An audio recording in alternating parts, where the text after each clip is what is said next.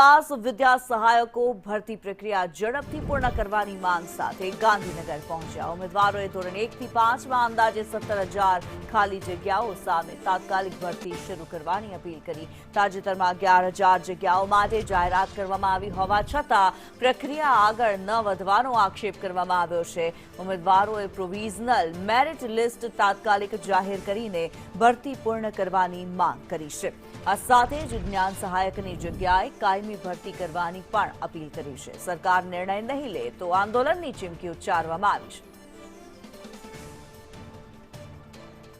ધોરણ 1 થી 5માં વિદ્યા સહાયકની ભરતી પ્રક્રિયા પૂરી કરવા માટેની માંગ સાથે કેટલાક ઉમેદવારો અહીં ગાંધીનગર ખાતે એકઠા થયા છે। આ ઉમેદવારો સાથે જ વાત કરીશું। ક્યારે ભરતી બહાર પડી હતી, કેટલી સંખ્યામાં ભરતી બહાર પડી હતી અને શું મુદ્દો છે આજે આપનો? વિદ્યા સહાયકની ભરતી તારીખ 1/4ના જાહેરનામું આવ્યું છે। ત્યારબાદ 15 થી 24 એપ્રિલ સુધી ફોર્મ ભરાવાના ચાલુ થયા।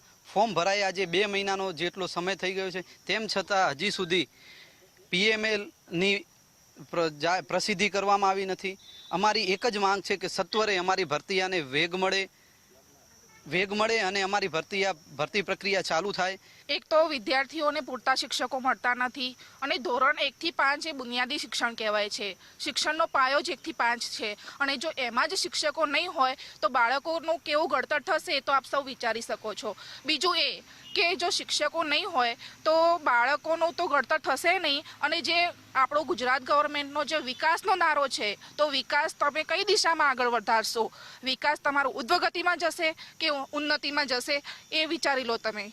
આરટી મુજબ 17 થી 18,000 જગ્યાઓ ખાલી છે।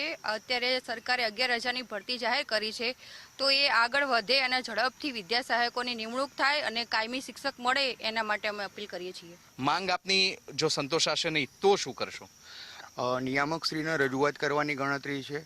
જો રીવાબા જાડેજાને મળી શકાય શિક્ષણ મંત્રી તો એમને મળવાની ગણતરી છે અમારી। જો એપોઇન્ટમેન્ટ મળશે એમની તો અમે એમને મળીશું અને જો અમારી માંગ ના સંતોષાય બરાબર છે તો પછી સર 10,000 ઉમેદવારો આજે આ ભરતીની ઘણા સમયથી રાહ જોઈ રહ્યા હતા, તો એવું પણ બની શકે કે કોઈ એવા ઉમેદવારો હોય બરાબર જેને આ ભરતીની ખાસ જરૂરિયાત હોય આંદોલન પણ કરી શકે અને એ સમયે ઉગ્ર આંદોલન પણ થઈ શકે અને પારદર્શિતા લાવી દે। અમારે બીજું કંઈ જોઈતું નહીં, પારદર્શિતા લાવી દે। અમને ખબર હોવી જોઈએ કે કઈ તારીખે શું થવાનું છે। એમની એક જે વેબસાઇટ ઉપર જો સત્વર મૂકી દેવામાં આવે શેડ્યુલ આખું તો અમારે કોઈ વાંધો નથી। અમને ખ્યાલ હોવો જોઈએ કે ગવર્મેન્ટ ખરેખર શું કરી રહ્યા છે। તાત્કાલિક ધોરણે PML પ્રસિદ્ધ કરવામાં આવે અને કાયમી ભરતી પૂર્ણ કરવામાં આવે તે તમામ માંગ સાથે ગાંધીનગર ખાતે ઉમેદવારો એકઠા થયા છે। જોવું રહ્યું શિક્ષણ વિભાગ કેવા પ્રકારનો નિર્ણય કરે છે। સહયોગી જયવીરસિંહ રાઠોડ સાથે હું નિર્મલ દવે, સંદેશ ન્યૂઝ, ગાંધીનગર।